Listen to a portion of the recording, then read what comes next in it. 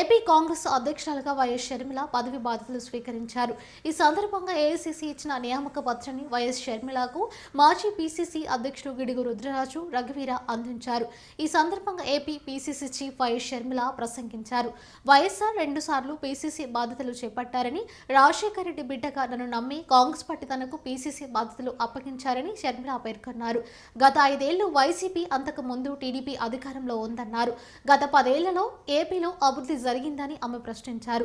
చంద్రబాబు చేసిన అప్పులు 2 లక్షల కోట్లు, జగన్ రెడ్డి చేసిన 3 లక్షల కోట్లపైనే ఉన్నాయన్నారు. మొత్తం ఏపీపై అప్పుల భారం 10 లక్షల కోట్లు పడిందని ఆమె విమర్శించారు. ఇవన్నీ అప్పులు తెచ్చారు, అభివృద్ధి ఏమైందని షర్మిల ప్రశ్నించారు.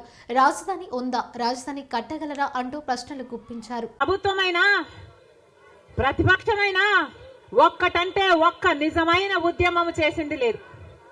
ఈ రోజు మనకు స్పెషల్ స్టేటస్ లేదు అంటే ఆ పాపం ముమ్మాటికి చంద్రబాబు గారిది, ముమ్మాటికి జగన్ రెడ్డి గారిది. స్వలాభం కోసం ఇద్దరు ప్రజల ప్రయోజనాలను తాకెట్టు పెట్టారు. టీడీపీ అంతే, వైసీపీ అంతే, దొందే. అమరావతి రాజధాని అమరావతి అన్నాడు చంద్రబాబు గారు. సింగపూర్ను చేస్తానన్నాడు. 3D గ్రాఫిక్స్ మొత్తం గుర్తుందా? 3D గ్రాఫిక్స్ చూపించాడు చంద్రబాబు గారు. పోనీ అమరావతి రాజధాని అయిందా అంటే అది కాలేదు. జగన్ రెడ్డి గారు వచ్చారు. 1 కాదు 3 రాజధానిలు అన్నారు. పోనీ 3 రాజధానిలు అయ్యాయా అంటే 1 కూడా లేదు. ఈరోజు మనకు రాజధాని ఏది అంటే ఏదో మనకే అర్థం కాని పరిస్థితి. 1 ఉందా అంటే ఏదీ లేదు, 1 కూడా లేదు. మరి ఏమి సాధించుకున్నట్టు? పోలవరం ప్రాజెక్ట్ ఎప్పుడో 1941లో పోలవరం ప్రాజెక్టు కట్టాలనుకుంటే సాధ్యపడలేదు. ఆఖరికి రాజశేఖర రెడ్డి గారు ముఖ్యమంత్రి అయిన 2004లో రాజశేఖర రెడ్డి గారు జలయజ్ఞంలో భాగంగా పోలవరం ప్రాజెక్టును స్థాపించడం జరిగింది. రాజశేఖర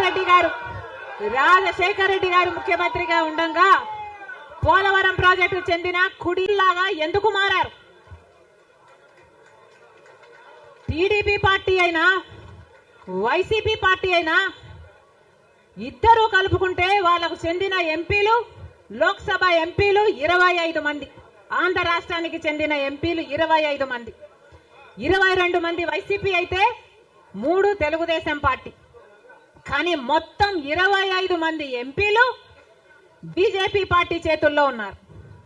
బీజేపీ పార్టీ ఏం చెప్తే ఈ ఎంపీలు మొత్తం అందరూ గంగిరెద్దులాగా తలూపుతారు.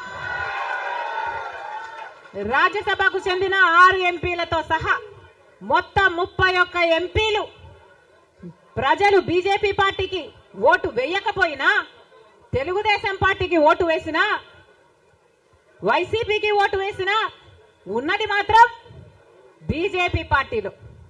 మరి ప్రజలు వైసీపీకి కానీ తెలుగుదేశం పార్టీకి కానీ ఎందుకు ఓటు వేయాలి?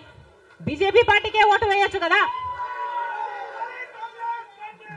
వైసీపీ కానీ తెలుగుదేశం పార్టీ